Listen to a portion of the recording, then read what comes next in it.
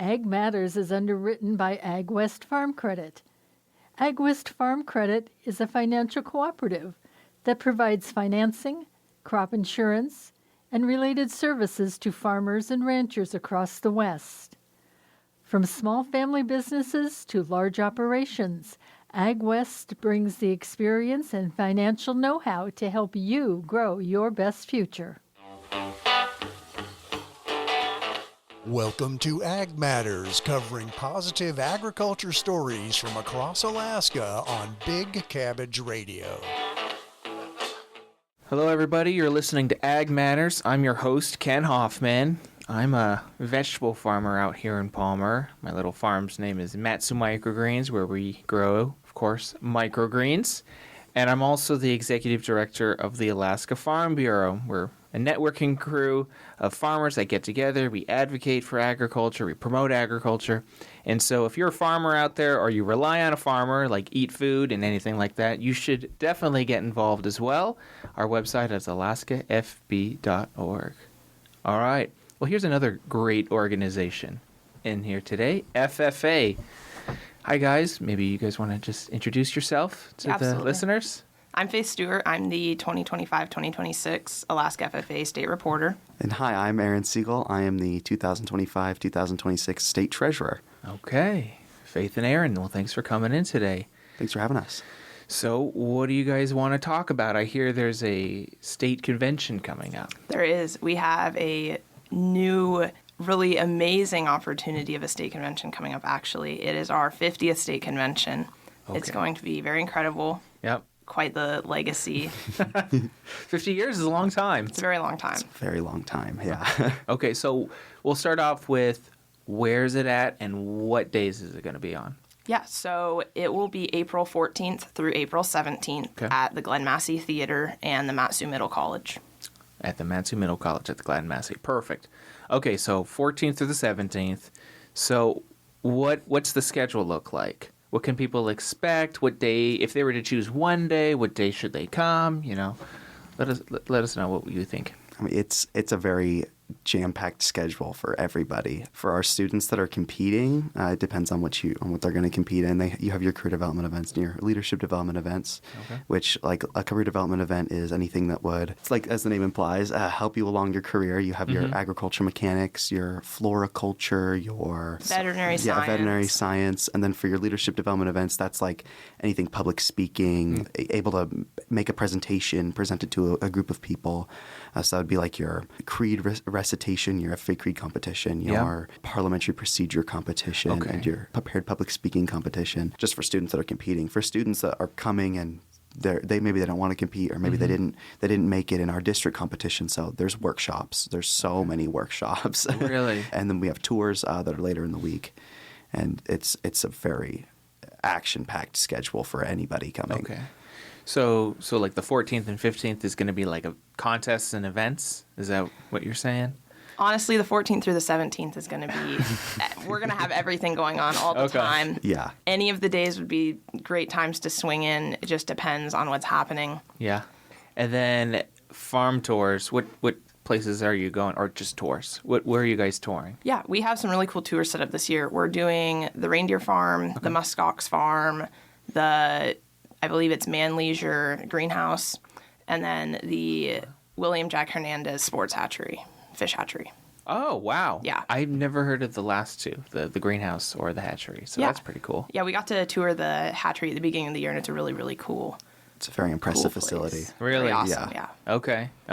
So is it all day long, basically, those 4 days? Yeah. 3 days? It's basically before sunrise to after sunset, it feels like.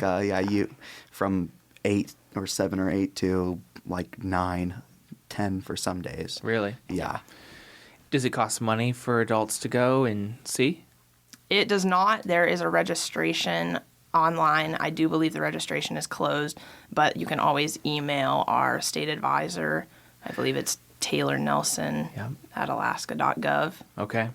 Okay, so email her, or can people just kind of show up? Yeah, they can show up.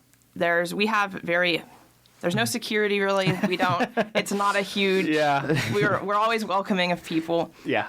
Especially if they're wearing a blue jacket. Very much so. Okay. Very much so. Speaking of which, how many blue jackets, how many students do you think are going to be there? Well, we would hope for everybody to be there. We have about 500 members statewide right now. Wow. We're growing. It's been incredible. Absolutely incredible. I would hope we have at least 300 show up. That would Yeah. be pretty incredible. Okay. That would be a record-breaking number for Yeah. us. Yeah. Well, it's Yeah, the that would be 50th awesome. anniversary. Yeah. Yeah. So I'm hoping It's a they huge would deal. go. So I want to ask each of you, what contests are you guys going to be competing in? We'll start with Faith. So I'm actually not competing in any contest this year. Okay. I am rerunning for state office. So between assisting running convention and running for state office, I've got a pretty full schedule. That's true. Yeah. Unfortunately, I'm too old to compete in competition, so the cutoff is graduation. Okay. So, but last year I competed in employment skills, which is one of my favorite. I think that one's an LDE, although it feels more like a leadership development event. It feels more like a career development event in a lot of ways. Okay. But that one is like teaching you interview skills, wow. how to make a resume, how make a proper cover letter, stuff like that. Very important foundational skill for That's if cool. you want to get hired. Okay. So you guys are on the state, what is it? Is it a board? Is that what you guys call it? It's our state. We call it a state officer team. State officer team. So Okay. we work very closely with each other. How many are there of you guys? We have 6 of us. Okay. We have our president, our vice president, our secretary, our treasurer, our reporter, and our sentinel. And Okay. it's actually the first time in 10 years that we've had a full person of 6 team. Really? It is. So it's but quite incredible. How is that even possible if there's like, say, 500 students and nobody wants to be on this state officer for a particular position? I would say it's a big, kind of almost scary, intimidating thing that you're like, oh, I don't know if I really want to step into it. And I think a lot of people and students don't quite have the push in them, and so they need somebody. For me, I was very on the edge of it, and my advisors were very much pushing for it. And Yeah. I was like, well, we'll do it. We'll see what happens. And it's been an incredible experience. So far, it's been, I think, the most incredible opportunity for growth and just Really? getting to do anything within the organization, even beyond being a student competing. I think my best year in FFA has 100% been this last year. What does it take to apply to be a state officer? Well, there's an application that is put out on our Alaska FFA website, typically a month and a half before the due date. So I guess it would be end of January, beginning of February. Okay. And it's going to ask you a couple questions. It's been different the last couple years, so it'll depend on what the layout is. And you basically fill out what you've done with FFA, what you've done outside of FFA. You have short essay questions, longer essay questions. And it's a lot of talking about yourself, Yeah. the experiences you've done, and then typically getting letters of recommendation. Okay. And yeah, it's not a very complicated process. Yeah. Obviously, if you put time into it and you care about it, it'll take you a little bit, but Okay. That's just for the application. Then once you actually get to the convention, you go through all your interviews with the nominating committee, and those are Okay. fellow members. Oh, really? Yeah. So those are fellow members that have interacted with you throughout the years, that are seeing you in those interviews and those activities that you do as a state officer candidate, that have to judge based on your performance then. Like, how well would you fit within a team? How much potential do you have Yep. to be a great state officer? Okay. Okay. And how long is the term? it's 1 year. So if we were elected on April 18th of 2025, our term will end on April 18th of 2026. Okay. Okay. Sounds 17th good. this year. 17th this year. Yeah. All right. So I know what a vice president is, and a president, and a secretary, and a treasurer, but what is a reporter and a sentinel? So the Sentinel's job is to basically welcome members in their description. It's opening the door and being really welcoming to the community. And then as the reporter, keeping detailed documents in order, any publications, Okay. interviews, Pictures. Oh, so like a press secretary. in a way, Yeah. yes. Okay. And a sentinel is like inviting. Very Yeah, much they, so. they keep charge of the room, make sure the room's all set up. They Okay. make sure that all of our, I guess, our ceremonial symbols, like we have our opening ceremonies. So in those opening ceremonies, you have like a symbol of a plow for the vice president. You have the symbol of the sun, the rising sun for the president. The sentinel generally takes charge of taking care of those and making sure those are Okay. presentable. And, Okay. and just the whole room in general. are in charge of taking care of. Okay, that makes sense. Well, that's cool. All right. Well, I want to hear more about you guys personally, how you guys got involved with FFA. So I'll start with Faith. Yeah, absolutely. So I actually started as a 4-H kid doing equine 4-H.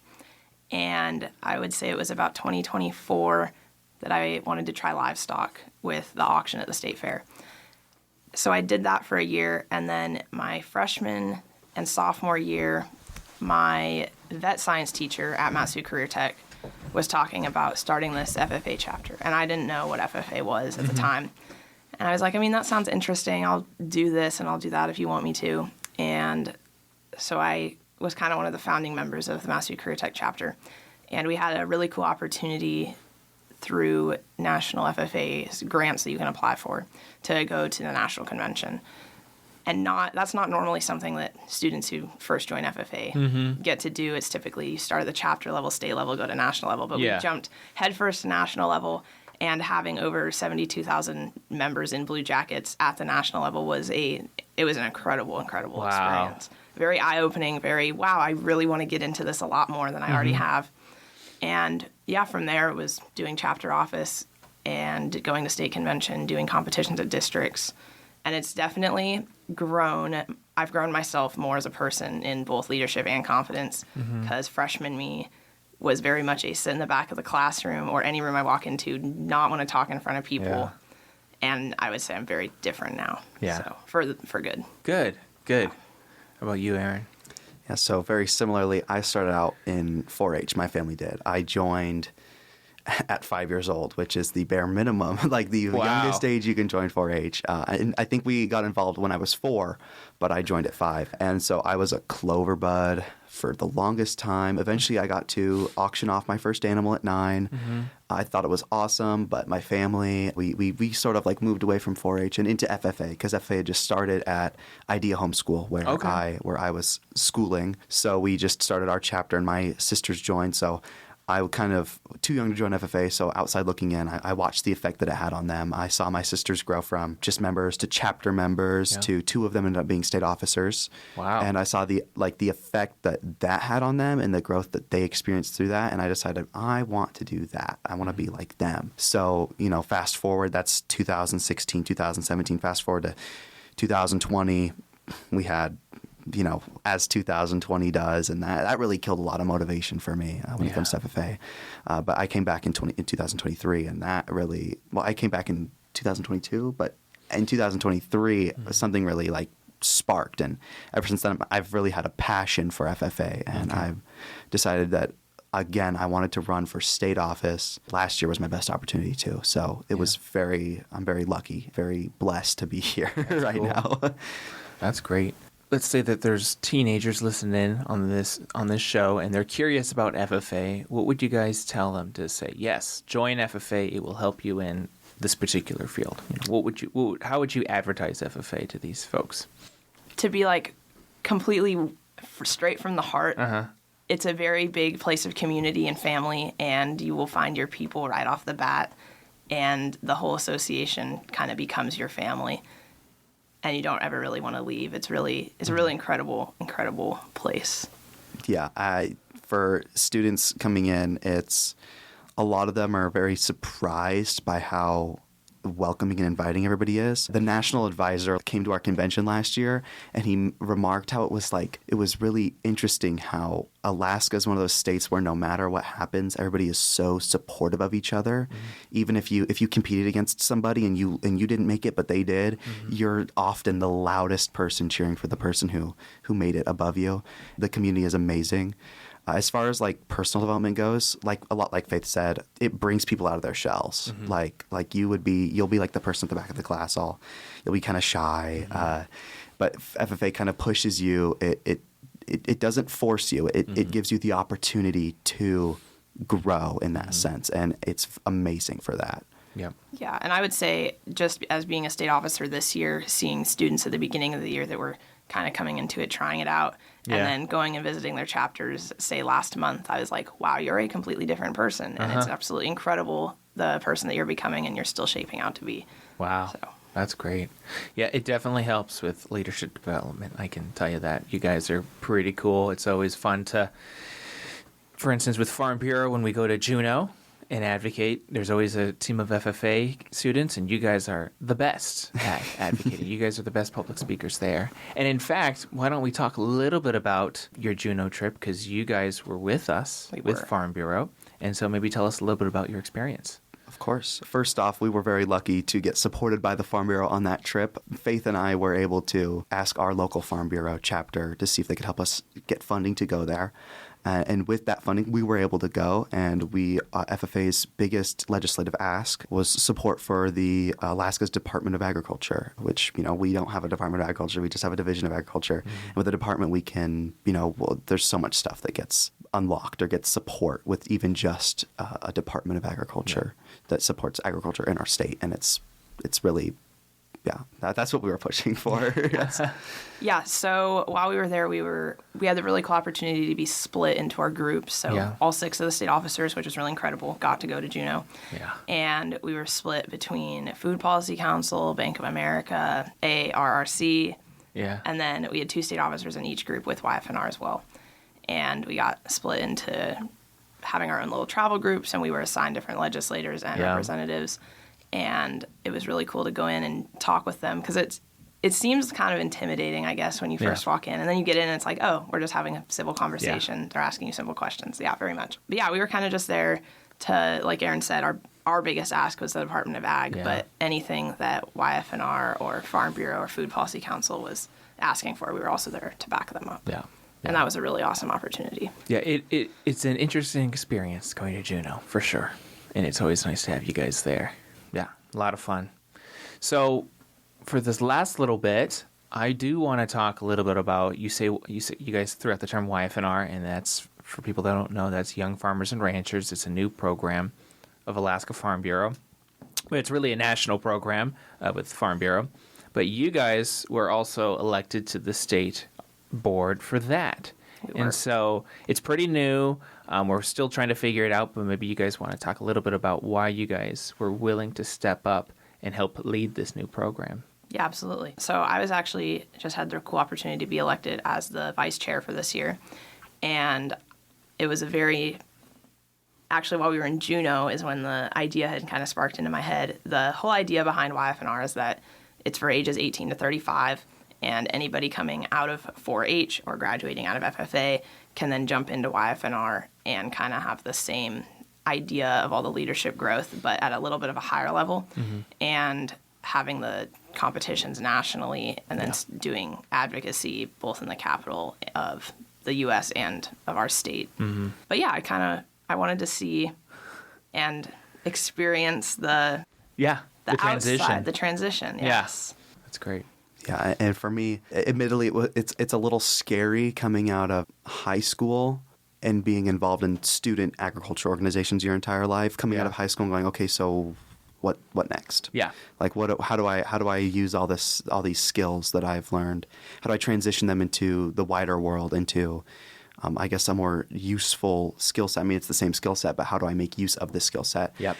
And really, this last November at the state Farm Bureau and Grazing Symposium, when I first heard of YFNR, I was very curious. So I looked into it and I decided, wow, I want to be involved in that. Mm-hmm. And I thought the best way that I could be involved in that in my current state, as well as in the infancy of Alaska's YFNR, I figured it would be great if I could try to help it. Mm-hmm.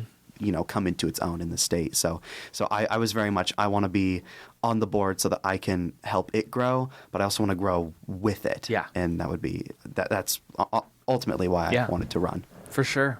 Wait, and I really appreciate having you guys a part of it. Dylan Blankenship, the chair, he really values having you guys be a part of it as well.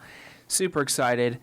And of course, I really want Young Farmers and Ranchers to assist with your guys' convention, FFA convention, which is next week or 2 weeks. Two weeks roughly. In 2 weeks from now, this recording, and we are recording on March 31st. So whenever this is released, it's going to be soon. So, and we're really excited. So thank you. Any last words to the public to let them know about your guys' convention? Anything you want to let them know?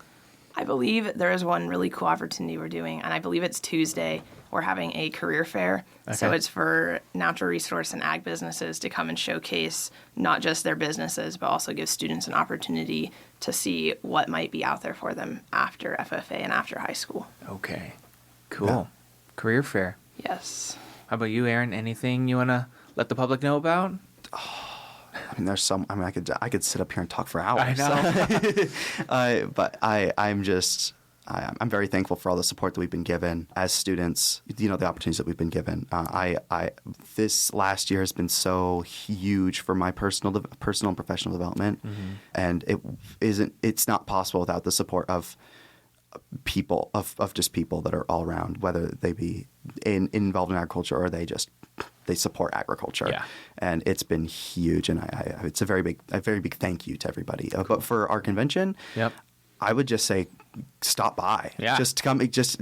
Come by, have the opportunity to talk to some of these people, to listen to the passion that some of these students have about agriculture. Yep. It's very eye-opening, and these are very wonderful and very talented students, and they would be so happy to just talk to people about Yeah. FFA and how it's helped them. Absolutely. Everybody, just go. Yeah, just It's going to be great. All right. Well, thank you guys for coming in. And we'll wrap it up. Thank you so much. Thank you for having us. Yeah, thank you very much. All right. And thank you, everybody, for listening to Ag Matters. Bye, everybody. You've been listening to Ag Matters, covering positive agriculture stories from across Alaska on Big Cabbage Radio. Ag Matters is a production of Radio Free Palmer, recorded at our studios in Palmer, Alaska. For more information about this program, email manager@radiofreepalmer.org.